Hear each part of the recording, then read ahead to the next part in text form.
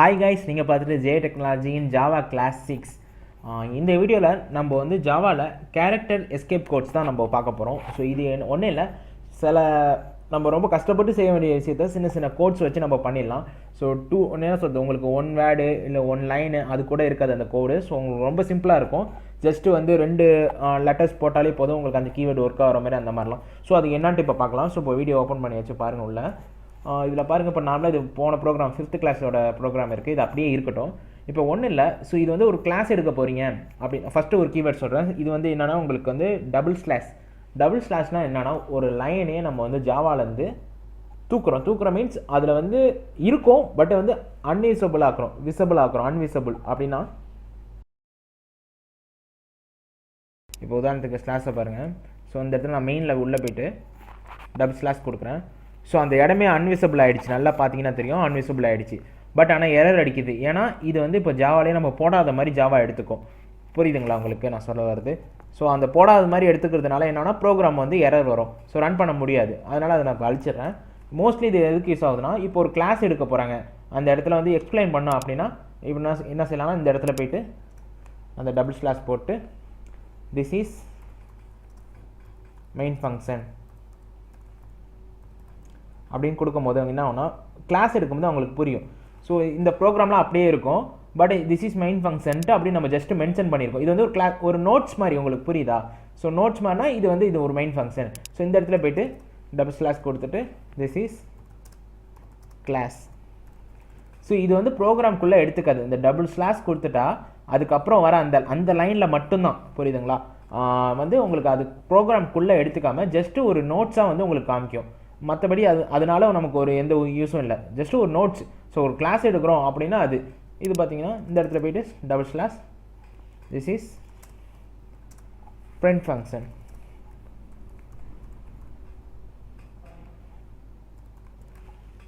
பாருங்கள், எந்த ஒரு எரருமே இல்லை. ஆனால் இந்த இடத்துல நம்ம இதை அழிக்கிறேன் 2 ஸ்லாஷை. ஏன்னா எம்டியாக சம்மந்தமே இல்லாமல் திஸ் இஸ் பிரிண்ட் ஃபங்க்ஷன் போட்டிருக்கோம். ஸோ அப்போ கண்டிப்பாக உங்களுக்கு எரர் அடிக்கும். ஓகேங்களா? எரர் அடிக்குது பாருங்கள். ஸோ அதனால தான் நம்ம இந்த டபுள் ஸ்லாஷ் போடுறது. ஓகேங்களா? இது வந்து ஒரு விஷயம் தெரிஞ்சுங்க. இப்போ ரன் பண்ணி காமிக்கிறேன் உங்களுக்கு பாருங்கள். அவுட்புட்டை சேவ் கொடுத்துட்டு ரன் பண்ணுறேன்.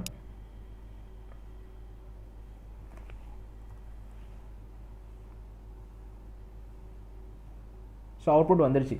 ஸோ அதனால் வந்து சொல்கிறேன், அதுக்கும் இதுக்கும் சம்மந்தம் கிடையாது, ஒன்றுமே கிடையாது. ஜஸ்ட்டு டபுள் ஸ்லாஷ் கொடுத்து இந்த மாதிரி கொடுக்குறோம்.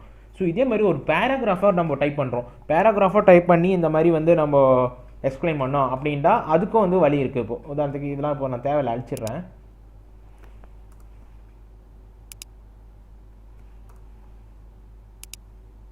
நான் முடிஞ்ச அளவுக்கு உங்களுக்கு கிளாஸ் ஸ்லோவாக தான் எடுக்கிறேன். ஸோ ரொம்ப ஸ்லோவாக இருந்தால் சொல்லுங்கள், நான் முடிஞ்ச அளவுக்கு ஸ்பீடப் பண்ணுறேன். சரிங்களா? ஸோ இந்த இடத்துல welcome to JTech. This is Java class. Now running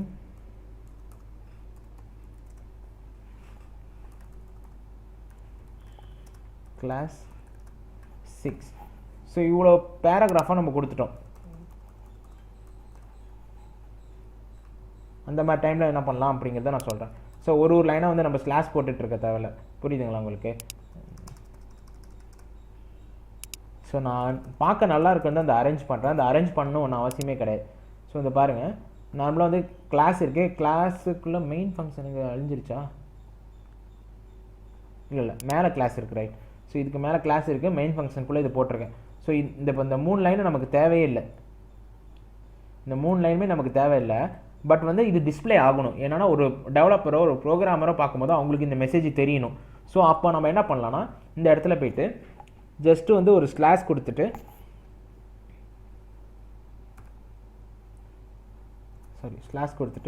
star கொடுங்க. ஸ்டார் கொடுத்தோன்னு பாருங்கள், அதுக்கப்புறம் வர்றது எல்லாமே வந்து அன்விசிபிளில் இருக்குது. தெரியுதுங்களா?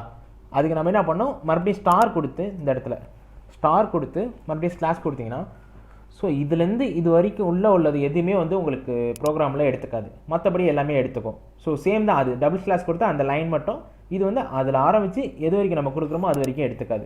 ஸோ இப்போ வந்து உங்களுக்கு இது வரைக்குமே வந்து இதாகுது. நான் உங்களுக்கு என்ன செய்யணும் புரியுங்கிறதுக்காக இதை Ctrl X கொடுத்துட்டு இந்த இடத்துல Ctrl V கொடுக்குறேன். ஸோ இப்போ என்ன ஆகுனா, ஸோ இந்த இதுலேருந்து இந்த சிஸ்டம் டாட் இது வரைக்குமே எடுத்துக்காது. ஸோ அப்போ அவுட்புட்டில் இந்த கிளாஸ் 5 அண்ட் நெக்ஸ்ட் கிளாஸ் மட்டும் தான் வரும். இங்கே எல்என் கொடுத்துக்கிறேன், அதுதான் அது நெக்ஸ்ட் லைனில் வரும். கிளாஸ் 5 அண்ட் நெக்ஸ்ட் கிளாஸ் 6 அது மட்டும் தான் வரும்.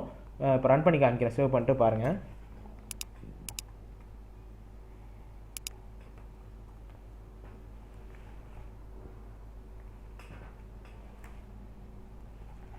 அவுட்புட்டில் பாருங்கள், கிளாஸ் 5 நெக்ஸ்ட் கிளாஸ் 6 இது மட்டும் தான் இருக்குது. ஏன்னா இது வந்து அந்த வெல்கம் டு ஜே டெக்னாலஜிங்கிறது அன்விசபிளில் போயிடுச்சு. ஸோ அதனால் உங்களுக்கு அது அவுட்புட்டில் வராது. ஸோ இதுதான் வந்து உங்களுக்கு நார்மலாக அந்த இதோட வேலை, என்ன சொல்கிறது, அந்த ஸ்லாஷ் ஸ்டாரோட வேலை. ஓகேங்களா? அதேமாதிரி இன்னும் அடுத்தடுத்த கீவேர்ட்ஸ் இருக்குது, அதை இப்போ உங்களுக்கு பார்க்கலாம். பட் வீடியோ இது பெருசாக போய்ட்டுன்னு நினைக்கிறேன், ஏன்னா எல்லாத்தையும் எக்ஸ்பிளைன் பண்ணுறதுனால. அப்படி ரொம்ப பெருசாக போச்சுன்னா அது பார்ட் 2 ஒன்று எடுத்துக்கலாம் அதில். ஸோ இதுக்கப்புறம் பார்த்தீங்கன்னா உங்களுக்கு வருஷலாம் கொஞ்சம் ஸ்பீடாக போயிடுறேன், ஏன்னா நிறையா இருக்காது. ஸோ இப்போது ஜூம் பண்ணிட்டு இப்போ நார்மலாக பிரிண்ட் எல்என்னு சொல்லி கொடுத்தேன் இல்லையா?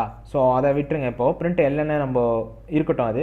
ஸோ இது ஆட்டோமேட்டிக்காக என்ன ஆகுனா, பிரிண்ட் எல்என்னா இது இந்த ப்ரோக்ராமுக்கும் அடுத்த வர லைன் வந்து ஆட்டோமேட்டிக்காக நெக்ஸ்ட் லைனில் வரும்னு அர்த்தம். இப்போது இந்த இடத்துல போயிட்டு நம்ம இப்போ உதாரணத்துக்கு கிளாஸ் இருக்குது, அந்த எஸ்ஸுக்கு இந்த இடத்துல ஸ்லாஷ் என்னன்னு கொடுக்குறேன். ஸோ கொடுத்தா என்ன ஆகுனா, இந்த கிளாஸ் வந்துட்டு இந்த என்ன எடுத்துக்காது, இந்த ஸ்லாஷ் என்ன மட்டும், இந்த S5 மட்டும் அடுத்த லைனில் வந்துடும். இதுக்கு அடுத்த லைனில் இது வரும். இப்போ நான் ரன் பண்ணி காமிக்கிறேன் பாருங்கள். இதெல்லாம் என்னத்துக்குன்னு தேவைப்படும் அப்படின்னு நினைப்பீங்க, உள்ள ப்ரோக்ராமில் உங்களுக்கு கண்டிப்பாக தேவைப்படும். ரன் ஃபைல் இந்த இருக்குது. ஸோ பாருங்கள், இப்போது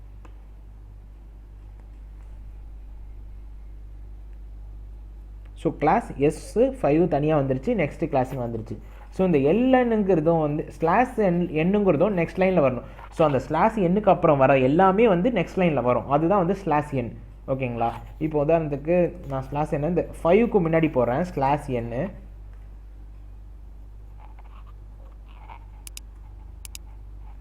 ஸோ ஸ்லாஷ் எண் போட்டுட்டு சேவ் பண்ணிட்டு ரன் பண்ணுறேன். ஸோ அவுட்புட் பாருங்கள், 5 மட்டும் ஒரு லைனில் வந்திருக்கும். ஸோ பார்த்தீங்களா, கிளாஸ் 5 நெக்ஸ்ட் கிளாஸ் 6 இப்படின்னு வந்திருக்கு. ஸோ இப்போ அதே மாதிரியே இப்போ என்னென்னா ஸ்லாஷ் டி இருக்குது. டீங்கிறது என்னென்னா உங்களுக்கு அந்த கேப்பு கொடுக்கும். உதாரணத்துக்கு இப்போது ரொம்ப ஸ்பேஸ் வந்து எப்படின்னா ஒரு குறிப்பிட்ட ஒரு 5 ஸ்பேஸ் கொடுத்தா என்ன கேப் வரும், ஒரு 10 ஸ்பேஸ் கொடுத்தா என்ன கேப் வருமோ அந்த கேப் வரும் உங்களுக்கு. இப்போது நெக்ஸ்ட்டுக்கு இந்த இடத்துல போய் ஸ்லாஷ் டி கொடுக்குறேன். ஸ்லாஷ் டி கொடுத்துட்டு Ctrl X, இதெல்லாம் நோட் பண்ணி வச்சிங்க, அப்போ தான் உங்களுக்கு ஃபியூச்சரில் யூஸ் ஆகும். அப்போ நீங்கள் போய் தேடும் போது இருக்காது, அதனால் வந்து இதை நோட் பண்ணி வச்சிங்க. சரிங்களா? ஸோ இப்போ அவுட்புட்டில் பாருங்கள், அந்த நெக்ஸ்ட்டில் அப்புறம் ஸ்பேஸ் வந்து ஒரு 5-6 ஸ்பேஸ் விட்ட மாதிரி வந்து எக்ஸ்டின்னு வந்திருக்கு பாருங்கள். இதுவும் சில இடத்துல உங்களுக்கு ப்ரோக்ராமில் தேவைப்படும் அரேஞ்ச் பண்ணும் போது. ஸோ அதுக்காக தான் இந்த ஸ்லாஷ் டீயும் யூஸ் ஆகுது. இதுக்கு அடுத்தது பார்த்தீங்கன்னா ஸ்லாஷ் பிங்கிறது ஒன்றும் இல்லை, பேக் ஸ்பேஸ்ன்னு சொல்லுவாங்க. ஸோ ஒரு எழுத்தை பின்னாடி வரதை அழிச்சிடும் ஆட்டோமேட்டிக்காக. ஸோ ரன் கொடுக்குறேன். ஸோ இந்த பாருங்கள், இதில் நெக்ஸ்ட்டில் NXT மட்டும்தான் வரும், வராது. அவுட்புட்டில் பார்த்தீங்கன்னா தெரியும் பாருங்கள். இப்போது பாருங்கள், ஸோ வரல, NXT மட்டும்தான் இருக்குது. அதான் ஸ்லாஷ் பி.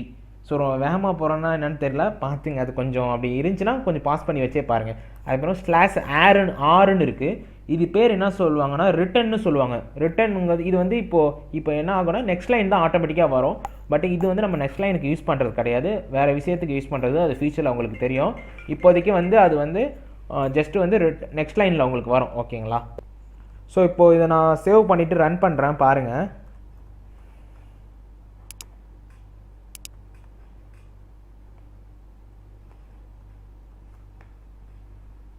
இது வந்து உங்களுக்கு நெக்ஸ்ட் லைனில் தான் வரும்.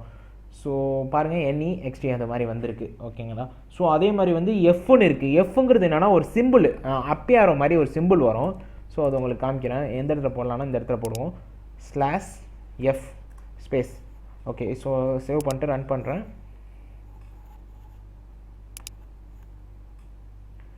ஸோ நெக்ஸ்ட்டு கிளாஸ் 6க்கு முன்னாடி ஒரு அப்பியாரோ இருக்கும் பாருங்கள். ஸோ சில இடத்துல இது எக்ஸ்பிளைன் பண்ணும்போது உங்களுக்கு தேவைப்படும். ஸோ கிளாஸ் 5, ஸோ அப்பியாரோ நெக்ஸ்ட்டு கிளாஸ் 6 அப்படின்னு இருக்குது. ஸோ மற்றபடி எல்லாமே சொல்லியாச்சு. இன்னும் ஒரே ஒரு விஷயம் மட்டும், இப்போ என்னென்னா இதுக்குள்ளே ஏதாச்சும் ஒன்று டபுள் கொட்டேஷன் போடணும் அப்படின்ட்டா வந்து உங்களுக்கு எரர் அடிச்சிடும். உதாரணத்துக்கு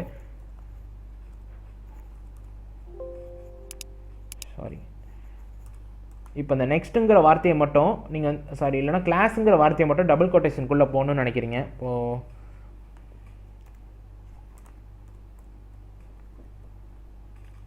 நினைக்கிறீங்க, பட் எரர் அடிக்குது. ரீசன் என்னன்னா டபுள் கோட்டேஷன் இதுக்குள்ளே சப்போர்ட் ஆகாது. ஸோ அதுக்கு தான் என்னென்னா ஸ்லாஷ் போட்டிங்கன்னா அப்போது உதாரணத்துக்கு இந்த பாருங்கள் ஸ்லாஷ், அதேமாதிரி இங்கேயும் ஸ்லாஷ் இப்படி போட்டிங்கன்னா என்ன ஆகுனா நெக்ஸ்ட்டு கிளாஸ் 6 அப்படின்னு வந்துடும். இது மட்டும் உங்களுக்கு டபுள் கோட்டேஷனுக்குள்ளே இருக்கும். சேவ் பண்ணல. ஸோ நெக்ஸ்ட்டு கிளாஸ் மட்டும் உங்களுக்கு டபுள் கோட்டேஷனில் இருக்கும், பார்த்தீங்கன்னா தெரியும்.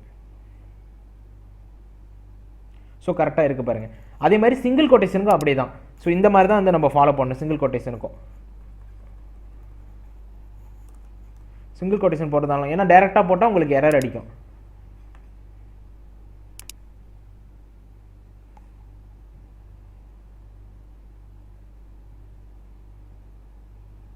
ஸோ பார்த்தீங்கன்னா தெரியும். ஓகேங்களா? ஸோ ஆனால் ரொம்ப நேரம் போயிடுச்சுன்னு நினைக்கிறேன் இந்த வீடியோ. பட் வந்து இந்த வீடியோ உங்களுக்கு ரொம்ப ஹெல்ப்ஃபுல்லாக இருந்திருக்கும். ஸோ எந்த டவுட் இருந்தாலும் கீழே கமெண்ட் பண்ணுங்கள், நான் கண்டிப்பாக ரிப்ளை பண்ணுறேன். இந்த வீடியோ பிடிச்சிருந்துச்சுன்னா லைக் பண்ணுங்கள், ஷேர் பண்ணுங்கள்.